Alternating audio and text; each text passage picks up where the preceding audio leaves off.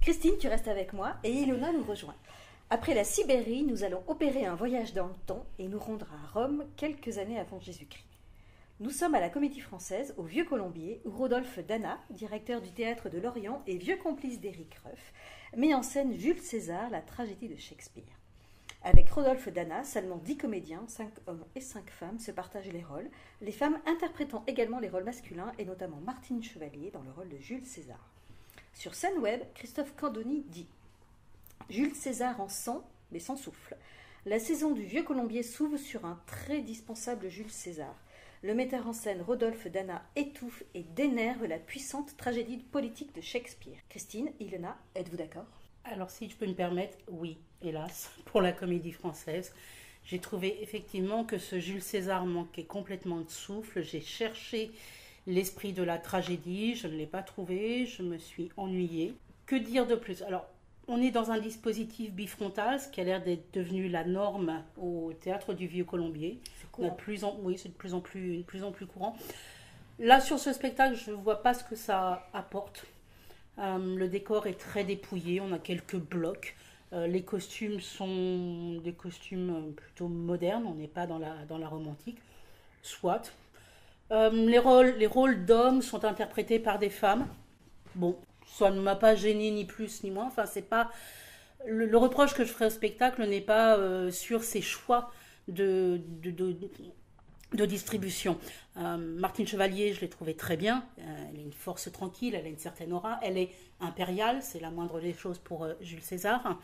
Elle est vraiment très bien dans le rôle.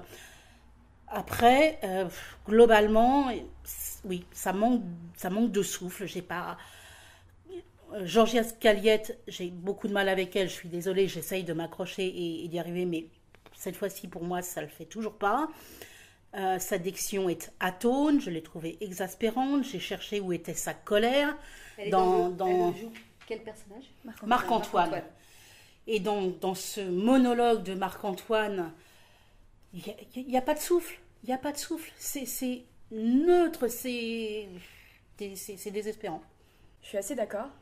Après, le reproche que je ferais à la pièce, c'est pas tant sur les choix du metteur en scène ou de quoi que ce soit d'autre, mais plutôt en fait sur les non-choix. C'est-à-dire que pour une tragédie, telle que je l'imagine, il faut qu'il y ait un parti pris. Il faut qu'il y ait quelque chose d'assez radical, d'autant plus pour une tragédie shakespearienne qui quand même porte un message. Ici, en fait, j'aurais l'impression d'assister un petit peu à n'importe quelle pièce. Ça aurait pu être un peu interchangeable, ça n'aurait pas vraiment différé. On n'a pas le mécanisme tragique, on n'a pas cette mise en place qui monte, cette tension sous-jacente en fait qui nous amène à une espèce d'acmé, de finale. En fait, le final, pour le coup, tombe un petit peu comme un cheveu sur la soupe, en fait. On le voit arriver et en même temps, en fait, c'est un petit peu brouillon. Tout est un petit peu brouillon, tout n'est pas abouti comme ça aurait pu l'être. La scénographie, du coup, est plutôt pauvre, plutôt dépouillée. Il y a plusieurs références à la statue de Pompée donc dans le texte. J'aurais bien aimé voir une statue de Pompée, même si la scénographie n'aurait été que ça, vu que la majeure partie du texte, du coup, se déroule soit à l'intérieur de la curie, au Sénat, etc. Juste un rappel au moins à l'univers romain duquel c'est issu, parce qu'en fait là, je comprends que la mise en scène se veuille intemporelle, les costumes sont plutôt modernes, on est sur quelque chose d'assez intemporel, parce que le Rodolphe Dana en fait veut faire entendre une sorte d'actualité aussi au texte. Politique, exactement. Mais on a quelques références, on peut penser un petit moment aux Gilets jaunes, à ce qui se passe mais ça marche pas. Ça marche pas. Ouais. Ça marche pas. En fait, il y a quelque chose d'assez en décalage. En fait, il y a quelque chose d'éteint. On sent qu'il y a des efforts, il y a des idées, il y a du potentiel, mais en fait, c'est pas abouti. Vous voulez dire que ça va pas assez dans le décalage ou dans la ça va pas dans une autre époque à aujourd'hui? C'est même pas une autre époque, c'est vraiment vouloir en faire quelque chose d'intemporel, et ok, mais il n'y a rien qui accroche, c'est très lisse. C'est très lisse. C'est ça, c'est neutre. Je pense pas que Après, peut-être que j'étais aussi dans une disposition particulière parce que je l'ai vu le soir enfin, le jour de la dernière. Et en fait, il y avait une dynamique un peu étrange. Il y avait une atmosphère un peu bizarre. Je sais pas si c'était ton cas, Christine, mais moi je sais que, enfin, j'ai bien vu que Georgia Scaliette était en larmes, enfin, quasiment tout le temps. Faut savoir que c'était aussi la dernière de Martine Chevalier en tant que sociétaire de la Comédie Française. Et par exemple, Georgia Scaliette en tant que Marc-Antoine, je l'ai sentie un peu dépassée. J'avais l'impression parfois qu'elle connaissait pas son texte. C'était vraiment, je sais pas, il y a plusieurs moments où dans les comédiens, j'ai pas compris ce qu'il faisait en tant que comédien. Brutus, Nazim Boudjena, Oui. qui, je sais pas, il y avait en fait le flanc retombait un petit peu, ça manquait d'intensité, ça manquait d'incarnation. Je l'ai vu dans les premières dates, moi, et pareil, Nazim. C'était le cas aussi.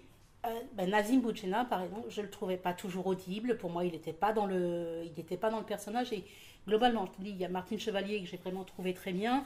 J'ai trouvé que Clotilde Bayer aussi était tout à fait convaincante dans le rôle de Cassius. Par contre, pour les autres, là encore, ça accrochait pas. On n'avait pas l'impression qu'ils étaient dans le texte. Ils étaient, je sais pas si c'est mal dirigé, s'ils n'étaient pas convaincus, mais. Après, j'avais l'impression aussi qu'il y avait beaucoup de choses qui étaient là pour être là. Que le spectacle, en fait, aurait pu se donner les moyens de faire quelque chose de plus et que c'était coupé. Enfin, voilà, ça allait pas jusqu'au bout. Et du coup, par exemple, j'avais l'impression qu'il y avait pas mal de comédiens qui étaient là sans avoir une utilité.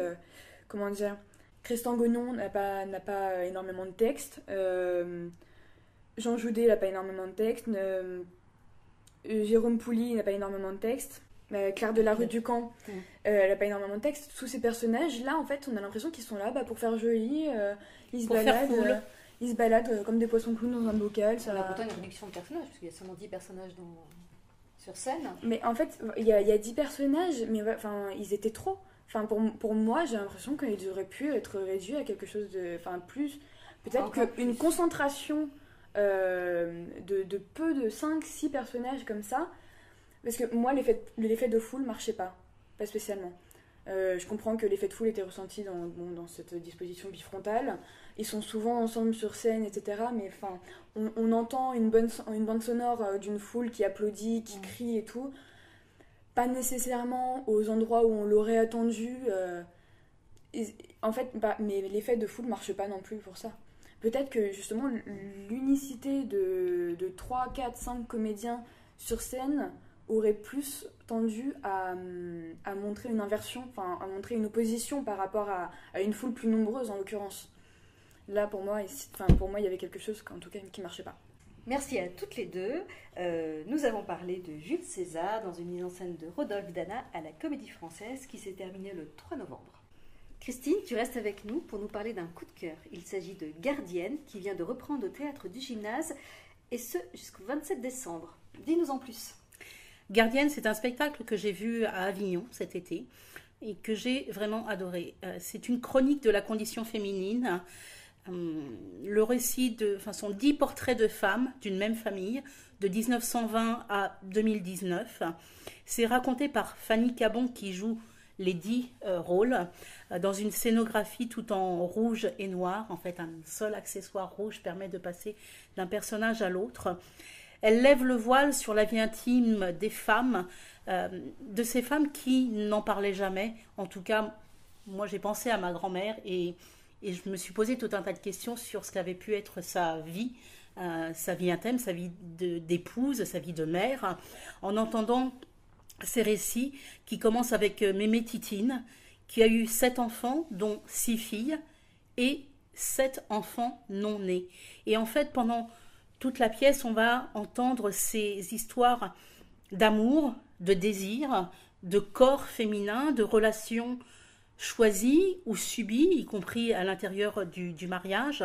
Et puis surtout, ces récits d'avortement, plus ou moins bien vécus, mais qui semblent être racontés comme on parlerait d'un rhume. C'est-à-dire qu'on réalise que c'était vraiment le quotidien des femmes pendant toutes ces années et à une époque où le droit à l'avortement est remis en cause un petit peu partout dans le monde, ça a résonné vraiment encore plus fort en moi. Fanny Cabon nous livre ses paroles avec beaucoup de chaleur, énormément de tendresse, de la poésie, c'est toujours juste. Il y a de l'humour, il y a des moments très dramatiques et on n'est jamais dans le pathos. C'est un spectacle qui est pour moi salutaire, qui est instructif, qui est magistral. Il faut aller le voir, il faut y emmener nos filles et puis aussi peut-être les garçons pour qu'ils le voient un petit peu parce que ces paroles d'hommes, elles ne sont pas présentes, mais on sait qu'ils étaient là et qu'ils vivaient leur vie. On en parle un petit peu dans le spectacle. C'est vraiment à voir. Moi, je vous recommande ce spectacle. C'est au Petit Gymnase Maribel. Ça a commencé le 31 octobre. Il faut aller voir Fanny Cabon. D'abord, le spectacle elle est vraiment exceptionnelle sur scène. Et c'est des récits qui touchent au cœur et au ventre. D'accord. Merci beaucoup Christine. Donc je rappelle que vous devez aller voir Gardienne au théâtre du Gymnase Maribel et ce jusqu'au 27 décembre.